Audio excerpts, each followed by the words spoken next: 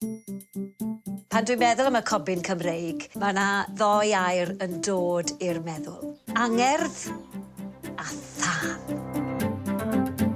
Ar brynhawn mercher y sioe, does na ddim golygfa tebyg pan i ti'n gweld ceffyl tanllyd yn llawn ysbryd sy'n dangos unan yn gweud, drychwch arno fi. Mae'r sioe frenhinol yn dathlu ei chanfed sioe eleni, ac maen nhw wedi penderfynu nodi'r achlysur trwy dalu teyrnged i'r anifail eiconig sydd mor ganolog i hanes y sioe. Y cerflunydd Robert Rattray, sydd wedi creu y cerflun maint llawn o'r cobyn Cymreig, i'w osod ar faes y sioe, gan ddefnyddio 500 o bedolau o bob cwr o'r wlad a thu hwnt. Pedolau sy'n cynrychioli straeon unigryw ac atgofion personol. Pedolau sy'n rhodd gan bobl o bob tras a chefndir, ond sydd ag un peth annatod yn gyffredin, ei hangerdd tuag at geffylau. Teuluodd, bobl sy'n bridio cyffylau, wedi ennill pencampwriaethau. Maen nhw gyd wedi cyfrannu pedolau i greu y cerflun epig, anferthol yma sy'n mynd i gynrychioli cymuned gyfan. A fe fydd y march, balch Cymreig yma yn edrych lawr ar y prif gylch am flynyddoedd i ddod.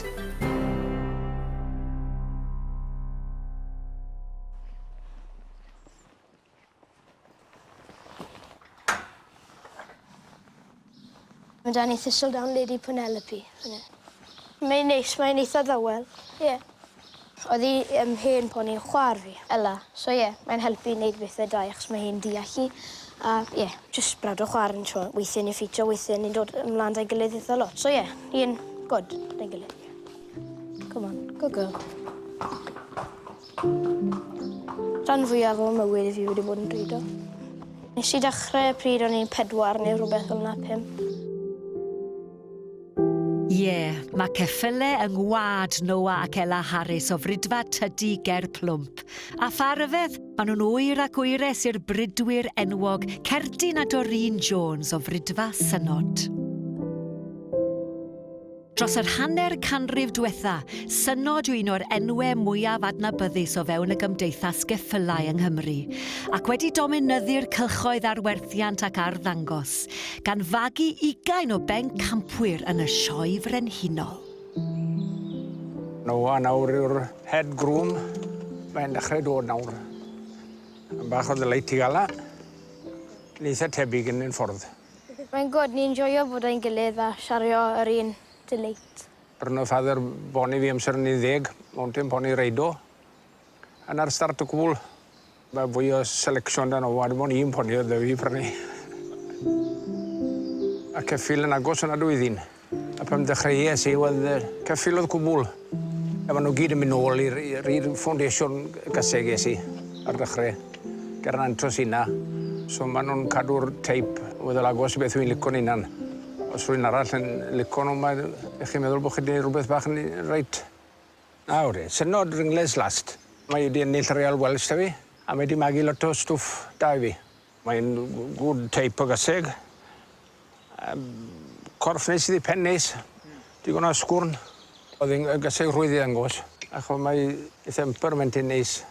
Mae'n bwysig iawn i teulu ni oherwydd mae wedi ennill yn y sioe frenhinol ac mae'n ei bol olaf Synod ringlet. A mae'n dylai hwydra, mae'n dros 20 oed. So mae cesig fel un da chi, dys am hanner eich oes. O'r meddwl cwbl i chi. Mae rhywbeth yn eich gwad i chi. Licen i weld Noa a Ella'n cadw'r bryd i fynd. A dangos ceffylau a cael lot o bleser. A wedyn os chi'n dangos yn lill neu colli, fych chi'n joio chi'n ar un beth yn gywir. Fi'n gwybod bod e'n pwysig iawn i teulu dy ci a teulu ni. Beth gyntaf redd fan neud yw paso good exam sy'n fod yn broffesor ac yn bach o arian i gadw ceffylau. Uni'n doi wedi cytuno mae'r Bedol i ni moyn roi. I'r cerflun. A wrth y gysig. Ringles last. Ti'n siŵr nawr? Na ni? Reit. Good. Mae'r Bedol. Bydd e'n neis i gweld enw dy ci a'r enw Synod Ringnes Last a'r gwylod y cerflun. Byddai'n proud o'n adw i weld y Bedol yn yr Welsh.